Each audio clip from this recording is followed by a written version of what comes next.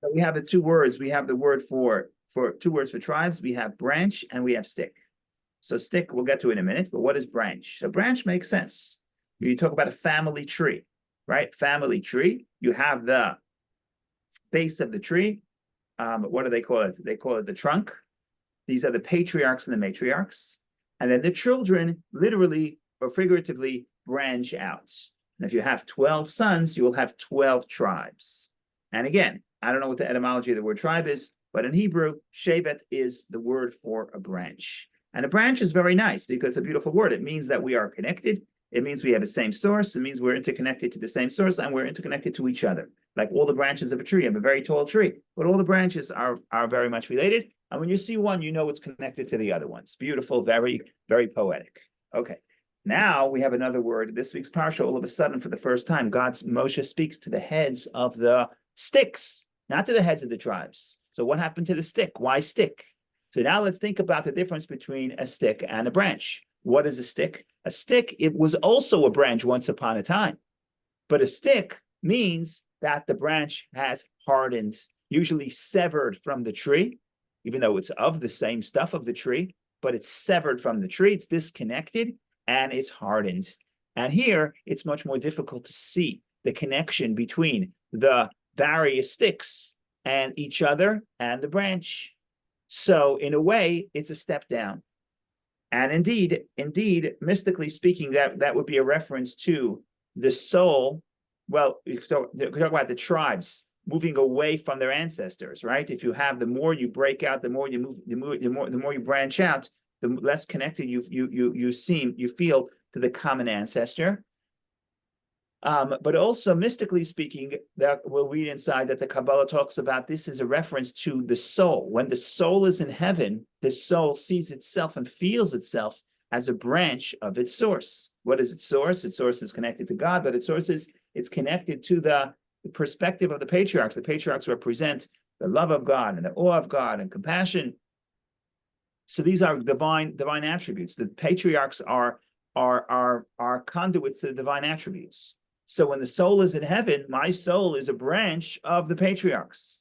The problem is when I come into this physical world, now I feel like I'm severed. I don't feel a connection to the patriarchs, and I also don't feel the connection to other Jewish people the way my soul was felt integrated with all Jewish souls when it was in heaven. So that's the reality of this of the soul descending into this physical world. And that's one step. And then there's another step. When the Jewish people are sort of separate from their land and scattered throughout the world and scattered into exile, we're even less spiritually connected to our source. We're less spiritually sensitive than we were in the temple times. So we're like the branch that becomes hard. That is that. So that's at least on the surface. That's the sad story. That's the negative. That's the negative side of life. And we're going to call it matot. These are the names. The name of the parsha is sticks, and sticks is a nice word, but stick in relation to branch is much more beautiful in the context of we're connected to our source and we're connected to each other. So that's the descent. But then we get to the ascent that follows. Everything in Judaism and the Kabbalah certainly, but in Judaism also, we say whenever there's a descent, the purpose of the descent is for an ascent. The purpose of going down is to go back up. The famous example that Kabbalah gives is if a person is walking and you reach an obstacle. So what do? You have to jump over, but you can't jump over. If you want to jump over, you have to take a few steps back. And then you could start running and create the momentum that will allow you to jump. So you have to go back to create momentum. So the going back is the descent, but don't view the descent as a descent. View the descent as a propeller for the following ascent. Okay, so matot means the descent. Matot means we're moving downward from branch to stick, from connected to our source, from connected to each other to a reality where we're disconnected, but also we'll lose the vitality. The fact that we get hard is because we're losing the life, right? When the branch is connected to the tree, it grows, it flourishes, it can give fruit. The contrast between a branch and a stick is very dramatic, and the stick gets sort of hardened, and that hardened means it doesn't have its life anymore. So spiritually means we're being drained of some spiritual life when our soul descends into heaven, But then comes Maseh. What is Maseh? Journeys. And Maseh represents that, yes, the soul descends, but the soul, once it descends, and because it goes through all the difficulties of this world, it actually goes to a higher level. It's elevated in many ways, as we'll discuss. I just want to keep it simple for the overview. So we have Matot, the name of the first parsha represents the descent. And Maseh, journeys, in other words, stick, it represents a descent. It's a descent from branch to stick. And Maseh is the journey, which represents the elevation. You're journeying upward as a result of the descent, because the stepping back is really a way of building up momentum and growing even further. Okay, so that's one point. That's the first point. These two parshas are separate. Now, when you put the parshas together, you have to say these two themes are interrelated. And here comes a very beautiful poetic idea. If I was a poet, I would write about this. I wrote about this many years ago, but not in the poetry form. So I'll leave it to the poets to write about this. But the Hasidic idea here is very poetic. The idea is like this. Till now, we said Matot, stick, represents the descent, and Maseh, journey, represents the ascent. But we're going to say no. We're going to say Matot, the word stick itself, represents the advantage that the soul achieves through coming down into this world. Because becoming hard is not all bad. Yes, you're being disconnected from your source. Yes, you feel, to some sense, you're feeling independent and separate from other Jewish people, other Jewish souls. Yes, you're losing some of the spiritual sensitivity and vitality. That it represents the soft branch. Softness represents you're still bound to the tree, you're still growing. But on the other side of that token, the hardness actually represents an advantage. What's the advantage? The advantage is to be on this earth and to overcome the challenge and to remain loyal to your values and to remain loyal to Judaism and loyal to spirituality. That takes a strength that the soul in heaven did not have.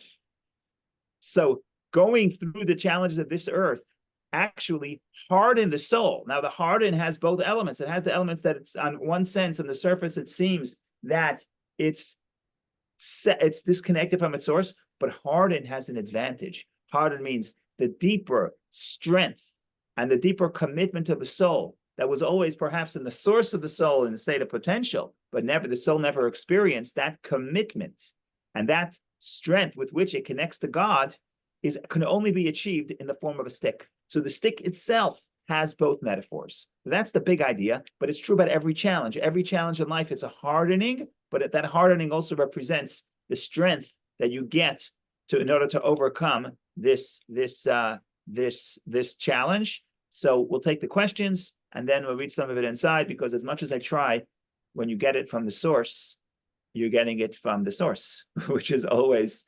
preferred. Go ahead, Dr. Baum, please. Just as you're on topics of souls, Rabbi, I just want you to clarify, are these refurbished souls that are up there ready to take on a new body? Or is when Menachem Feldman was born, a fresh new soul was breathed into his lungs? According to the Kabbalah, so it's yes and yes. According to the Kabbalah, we are not new souls, we are refurbished souls. But the question is, in other words, when the soul, the soul is there are souls from previous generations that maybe fulfilled some of their potential, but not all their potential. Then they come back again to maximize and live out the things that they may have missed by their fault or by not their fault, and we correct the previous. So we're sort of a reincarnation. That is what the Kabbalah says. However, it's not so simple, because souls are not like something tangible. So when you say I am a recycling of a previous soul, it means, in a way, I'm part of that soul's mission, but I'm my own person. So it's almost like if you take a flame from another flame, right? So you have a flame, and then I come with my flame, and I take from your flame. Now I'm my own flame, but I'm part of your flame, but I'm my own thing. When it comes to spiritual matters, it doesn't divide like something physical, which is either it's here or there, right? Either I'm a new person or I'm my own person. When it comes to spirituality, it's not so defined, and therefore my mission is related to a previous soul because I began as part of that previous soul, but that previous soul now within myself becomes its own full personality. So I'm trying to have it both ways. I'm not sure if I was successful, but I'm trying to have it both ways. But that's to explain But just to state the fact, according to the Kabbalah, we are not new souls for the most part. There are very few exceptions, but for the most part, we're not new souls. Which, by the way, I don't want to get into it right now because I'm not an expert. I'm not going to say I'm not an expert. I don't think anyone's an expert. These are mysteries. But a person, this explains why a person could have certain experiences in this life. And you look at it and you say, why did this happen? And the answer is we don't know. Maybe because the person's mission is interrelated to the previous incarnations. So let's say a person did nothing well on this earth, did nothing good, but did one good deed, lived for 90 years and did one good deed. So you say, what a wasted life. Yeah, but what happens if the only reason why his soul came down was to correct that one mitzvah? So now, from our perspective, a wasted life. From the soul's perspective, the 80, 90 years were worth it. We're just waiting for this one opportunity. So if we don't know, we're not mystics. I don't think anyone knows this, but I think that from the mystical perspective, that's why there's no such thing as something small. There's no small thing. There's no small matter. Maybe I came down to this world from the Baal Shem Tov's taught. The Baal Shem Tov taught a soul could come down to this world for 70 or 80 years to do one favor for one person, either a spiritual favor or a physical favor. It doesn't have to be a spiritual favor, right? Maybe that one thing that I'm missing is I have to smile to you this morning. Maybe that's why I'm here. What do you mean? My whole life? Yeah, but everything else I corrected in previous incarnations. So Yeah, they're in no rush.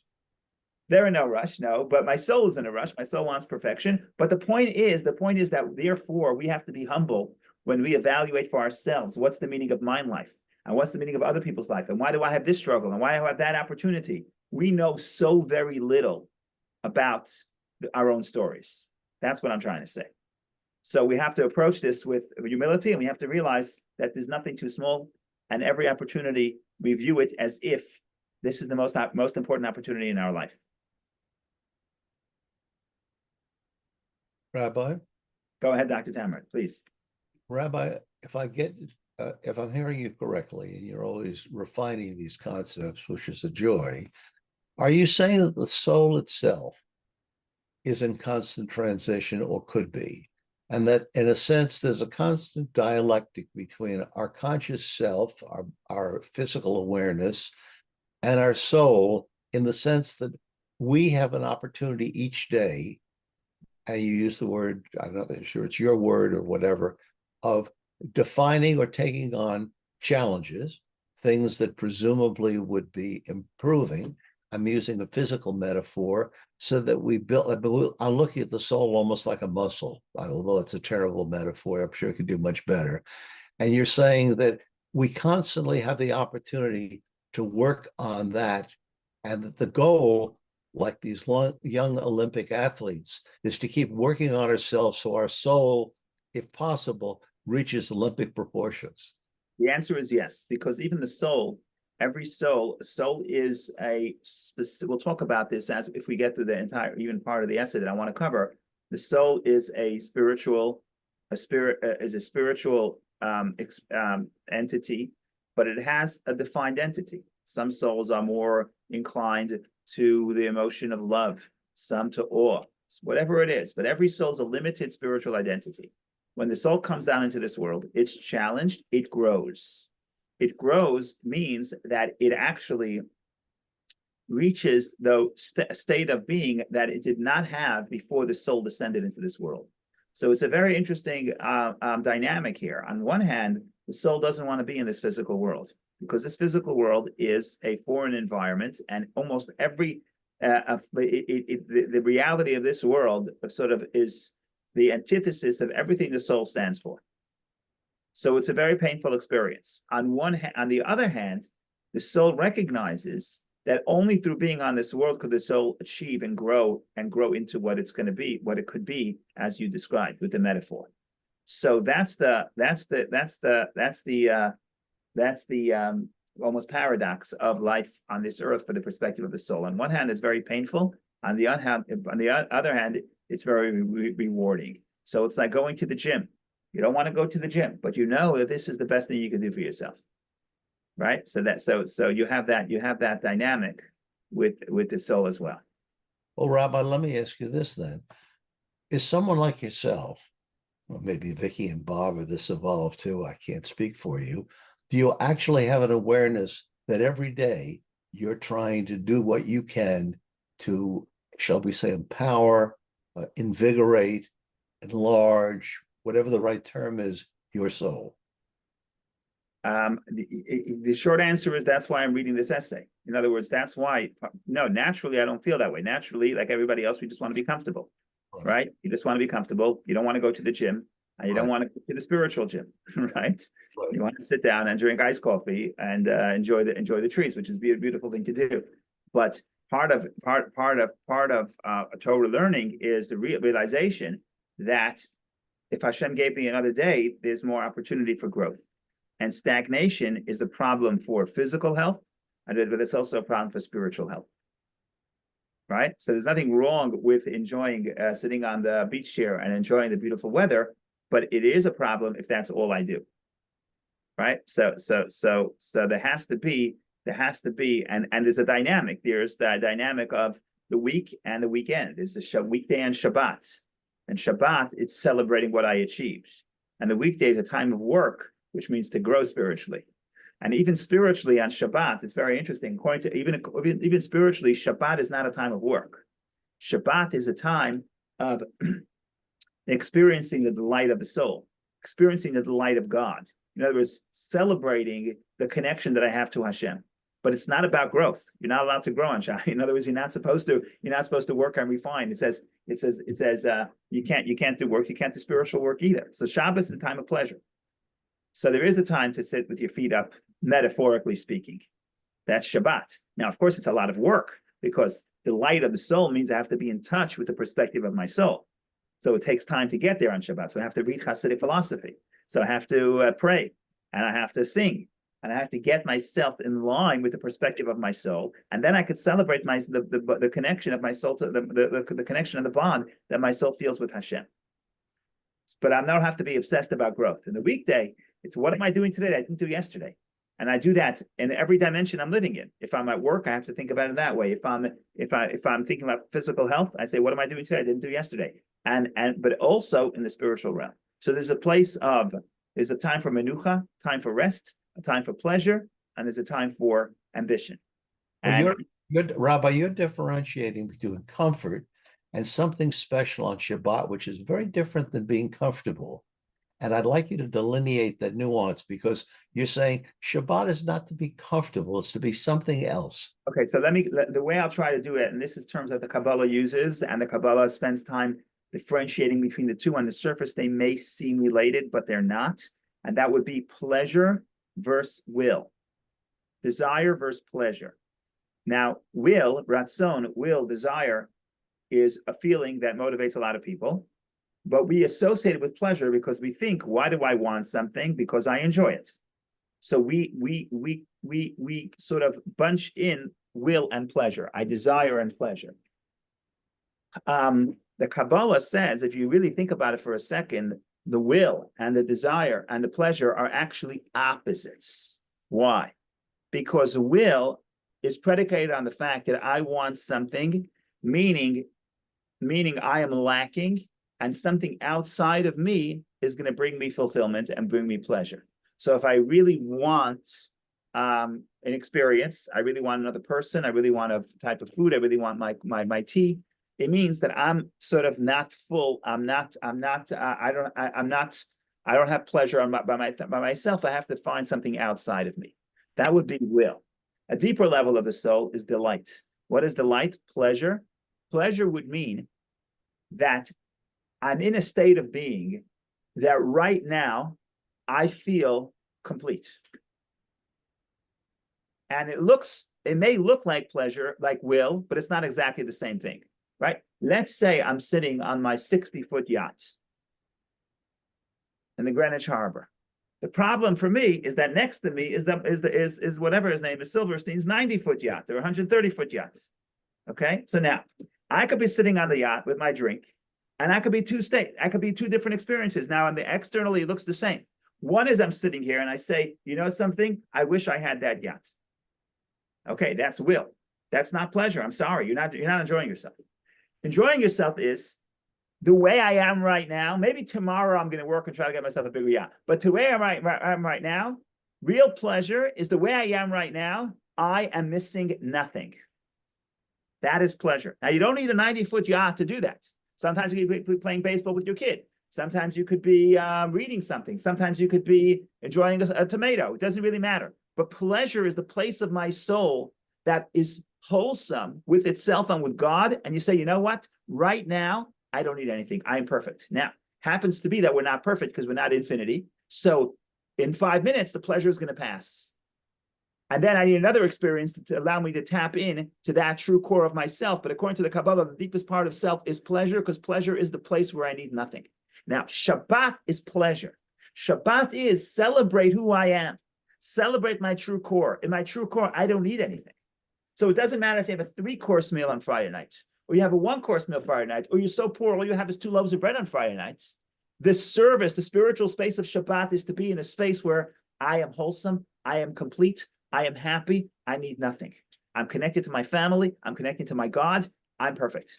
No ambition. It's all about pleasure. It's all about living the moment. Now, if I have that all week, I'm in trouble. Because during the week, I need will, I need ambition. I have to say, I need to grow. But I also have to live life is to live life fully. If a person never has this idea of pleasure, and pleasure, not pleasure means I want Captain Candy because it's going to give me momentary pleasure. That's not what we mean by pleasure. Pleasure, we mean you get into the space of myself where I am happy and I'm perfect and I need nothing. Now, a lot of people in this culture or in general, it's a very hard place to be in. So what we do is we keep bombarding ourselves with stimulation because we don't want to be in a place where I ask myself where I can, because it's hard for us to get to the place where I need nothing. So what do? Just keep giving me, keep uploading more and more distraction, so I don't have to realize that it's hard for me to get to that place. But Shabbat is turn everything off. I am happy, I am perfect, I am full, I am complete, both physically and spiritually. The Gemara says on Shabbos, a person should be like, all your work is done. Well, I'm in the middle of a project. No, Shabbat, there's no projects. If you could be in that space, you're in a space of delight. It's not easy to get there. That's why when I say you don't work on Shabbos, it's hard to get into that space where there's no work. It's work to get to the place where there's no work. It's work to get into a place where there's no ambition and there's no desire and there's nothing. All there is delight. It's not an easy business. It's not easy to get to. But it's important because if you lack that skill, you're missing out on true life, because true life is to tap into that delight. L'chaim. Brilliant. Okay, a little bit about the sticks and the journeys because it's important. So let's read a few paragraphs, and thank you all for joining. Yeah, it's enjoyable for me and important for me. So I appreciate that everyone's here together doing this together. We're on the journey together. So thank you all. Thank you.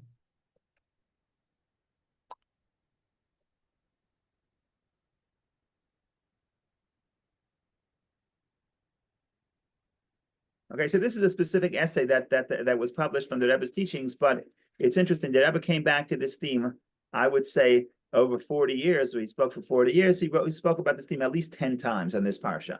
So this was, he liked this idea, I think. So I'm starting in the middle of section 4. It's on the screen, and I'm just going to read a little bit about the branch and on the stick, about the metaphors. We'll read a little bit, and we'll see what happens.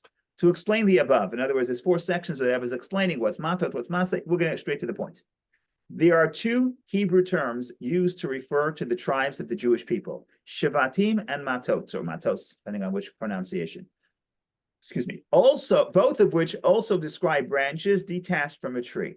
The difference between them is that a shevet describes a branch that is still supple, while mateh, plural matot, implies that the branch has become hardened and firm. Okay, I thought shevet means connected to the tree. Apparently here he's saying that it could also be a branch that is broken from the tree, but it's not yet a stick because it's still full of life, of supple, and it's still soft. Okay, like a staff used for support.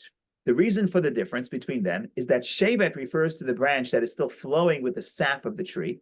Indeed, sometimes the term is used to describe a bow that is still attached to the tree. So in other words, shevet could mean either a branch detached but is still soft, or it could be literally a branch of the tree. In other words, still attached to the tree. Therefore, it is still fresh and supple. By contrast, the term mateh is used specifically when a branch has been cut off from its nurture from the tree, and therefore has become firm and hard. And in like manner, there is a difference between the way these two terms are used to refer to the Jewish people. So in other words, we're going to say the branch and the tree, but the branch and the stick are both metaphors for the Jewish people, and both describe different aspects. So let's see. Both terms, Shvatim and Matot, refer to the souls of the Jewish people as they stem from the ultimate root and tree, godliness, the sublime tree. The term Shvatim refers to these souls as they share a revealed connection to godliness, i.e., when they are attached to the sublime tree. In general, this term refers to the souls as they exist in the spiritual realms in a state of ongoing bitul. Bitul means nullification, and devekut, self-nullification and cleaving to God. In other words, the soul, before the soul descended into this world, the soul was a branch. Why a branch? It's still connected, it's still attached to its spiritual source of godliness. By contrast, matot refers to the Jews when their connection with their source is not apparent. It is not clearly evident that they are attached to godliness. In general, this term refers to the godly soul as it descends to the physical plane and encloses itself in the body and the animal soul. Through this descent, the soul becomes materially oriented, hardened by having to face the challenges of this material realm. It is as if it were cut off from the sublime tree. Thus, as the name of the Torah reading, Matot refers to the souls of the Jewish people as they have descended and become materially oriented to the extent that they are like entirely detached from its source. And then we're going to say, we come back down, but then we have a second parsha. Second parsha is journeys. And by coming down, we journey upward. And that's what we're going to talk about, how the advantage of the soul receives from being in this world. So we'll read another 2-3 paragraphs, and then we'll get to the next part, hopefully, where the hardening itself is a metaphor for the growth. So far, we have matot, stick, is a metaphor for the descent, and maseh, journeys, which is the name of the second parsha, is the metaphor of the ascent. By contrast, the name maseh, journeys, indicates that the one departs entirely from its previous place. And in the instance referred to in this Torah reading, it comes closer to the Holy Land, a loftier place, right? Because this Maseh means these are the journeys from Egypt to the Holy Land, to the land of Israel. And so in the this is a parallel for the soul, starts out in spiritual Egypt, which is this world, and makes its way back to heaven, which is the land of Israel. And the parallel within our divine service, this refers to the ability to proceed and advance that the soul gains through its descent to this physical plane, where it becomes a mateh, it becomes a stick. It is specifically through this descent that the soul gains the potential to reach a loftier level than the state in which it previously existed in the spiritual realms prior to its descent in this world. And we explain, before the soul descended into this world, it was stationary. It was like an angel. The prophets referred to the angels as omdim. They stand still. So the soul stood still. Whatever properties the soul had, that's what it had. But there was no growth. Down here, through the challenge, the soul can grow. Before its descent to this world, a Jew's soul is described as standing, i.e. static, similar to the angels, who are also described in that manner. Because in their lofty realms, the love and fear of God is defined and measured. Accordingly, even though the soul continually ascends to higher levels, but those ascents are relative. In those realms, the ascent is limited, dependent on and relative to its previous level. The soul never departs its previous level entirely. Therefore, it is described as standing. However, by descending into the body and the animal soul on this physical plane, the soul becomes a mateh. When it studies and observes the Torah and its mitzvot, which are God's wisdom and will, while enclosed in the body and seemingly separated from its source, it gains the potential for maseh. It is able to journey forth and become one who progresses, reaching incomparably higher levels than those on which it existed in the spiritual realms beforehand. Okay, we'll read one more paragraph or two. So we'll read one more paragraph, but now I remember that I did do a little poetry on this, because when I wrote that essay years ago about this teaching, the title, I forgot the title, but in any case, I basically said that there's something, the metaphor of the stick is a walking stick. A branch is a nice thing, but the branch is not going to help you walk. The hardened stick helps you journey forward. So that's how the stick itself represents the growth. So that's what we're going to read in the next paragraph. We'll read maybe one or two, and then we'll try to summarize. The firmness and strength. Now in the previous paragraph in 5, we're trying to say that the word mateh, the word for stick, actually encompasses not just the descent, but also the ascent as well. And here we're going to explain. The firmness and strength of matot does not only allude to the fact that the soul appears to have become separated from its source and godliness, as stated above, but it also has a positive connotation. In other words, the hardness has a positive connotation. It alludes to the strength of the divine service that a Jew must and does exhibit on this material plane to overcome the challenges of the body, the animal soul, and how much more so of the world at large. He must firmly stand with the strength and power of a mateh, a firm staff. In that way, he will not be phased and will be able to prevail over all the obstacles and hindrances to his service that arise from the concealment of the godliness that he faces.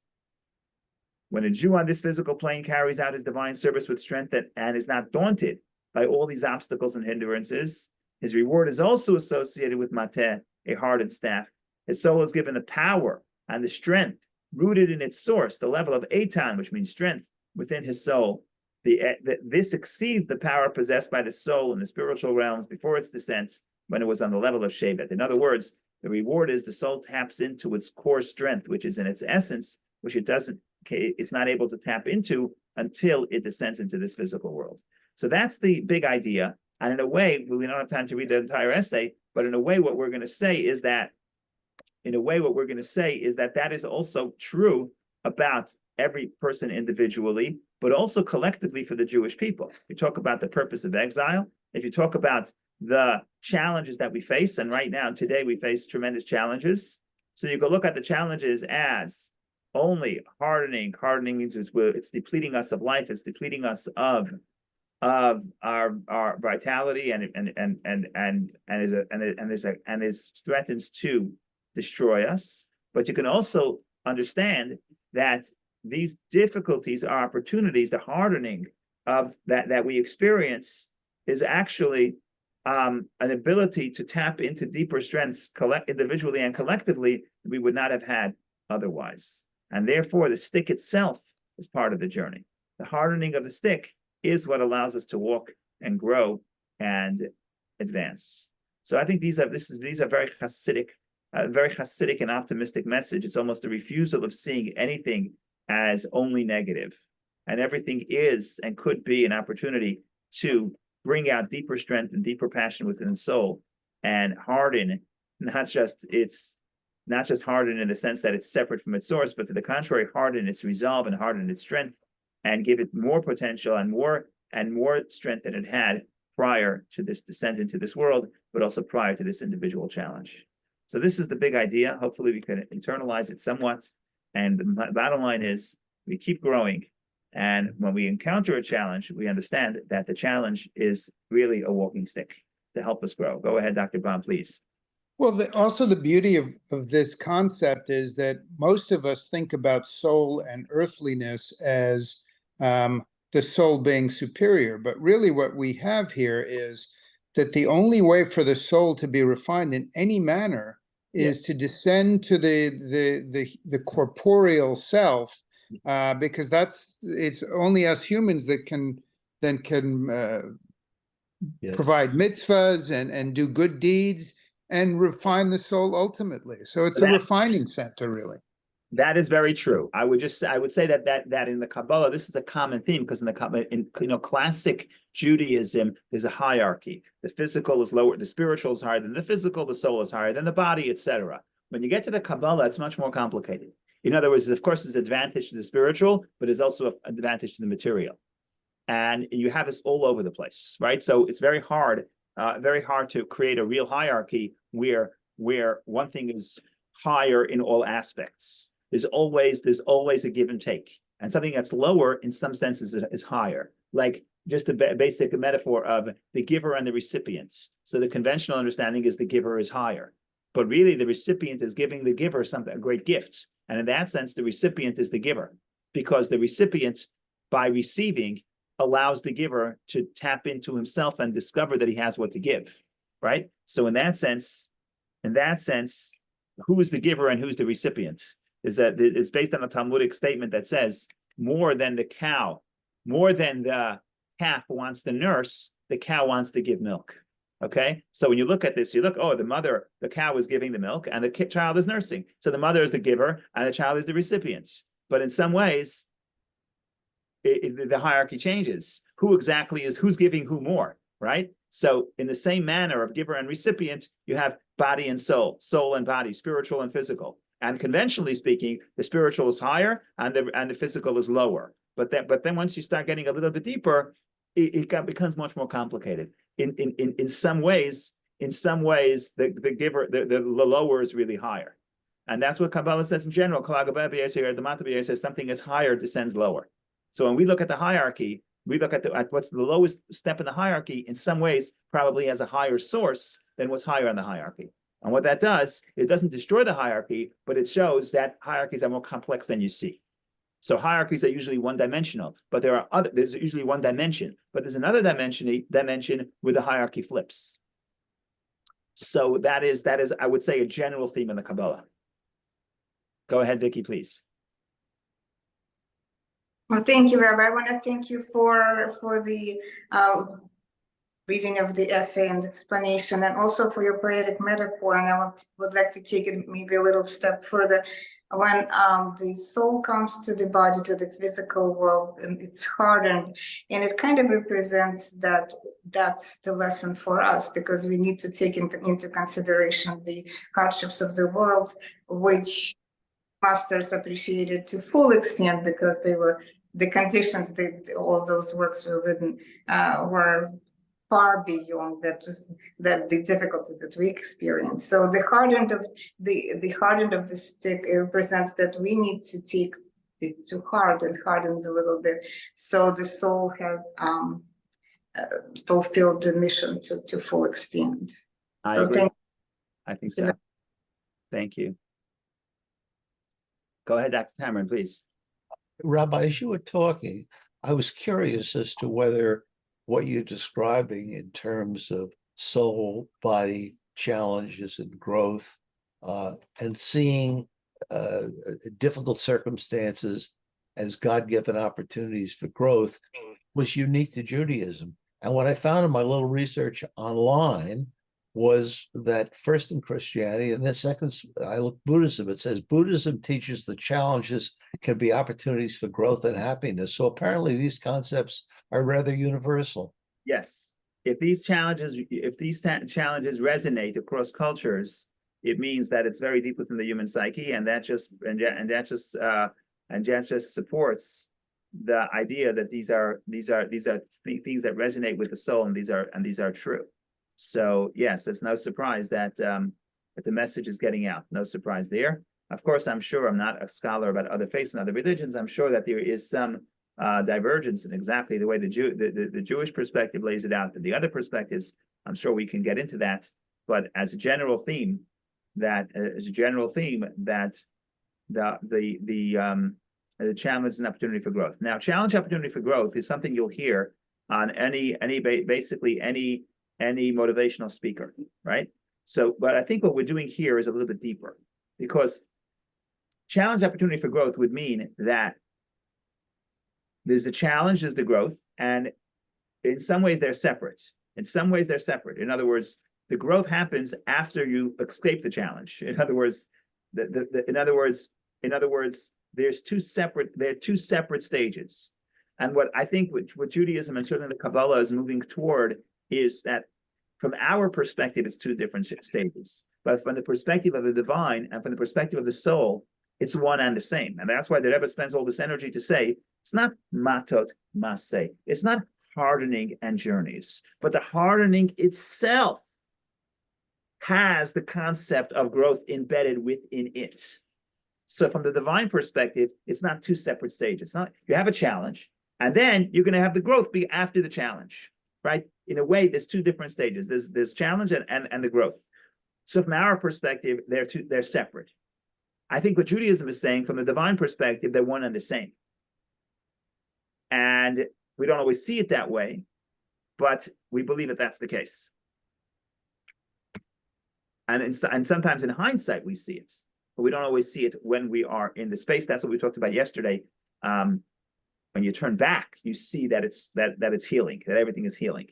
But so you have the human dimension, you have the human perspective and the divine perspective. From the divine perspective, in a way, it's one and the same. And that's why initially we set it up, you have the challenge and you have the growth. And wonderful, it's two separate stages. That's much easier to comprehend. The deeper point here is that the hardening itself represents not just the negative, but also the growth that happens. In other words, in the hardening itself, we kind of always see it that way, like I said, but from God's perspective and from the soul's perspective, this is bringing out in the moment, not just what's going to growth that's going to follow. In the moment, this is the moment that forces me to dig deeper. Now, I'm going to see the product of that digging deeper. I may see that next month or next year or next decade. But in a way, the moment I touch the core of my soul is the moment of difficulty. So I think that it's not just challenge leads to challenge and opportunity. Yeah, that's pretty universal. But I think we're going a little bit deeper. Okay, a lot more to talk about, a lot more to think about. But I think we got to get ready for Shabbos. We're not ready. Shabbos, all our work is done, and we have nothing else to grow. We can just sit down and delight in our soul and delight with Hashem and delight with our people we love. But till then, it's still Friday. We still got to work. So we still got to prepare for Shabbos. So it's wonderful. We'll let everybody go do that. Wonderful to see everybody. We see each other again in good health. Thank you for coming. Thank you. Chazak Baruch, Rabbi. Chazak Baruch. Thank you, everybody. Be well. Thank Thank you you. so much, Rabbi. Thank you.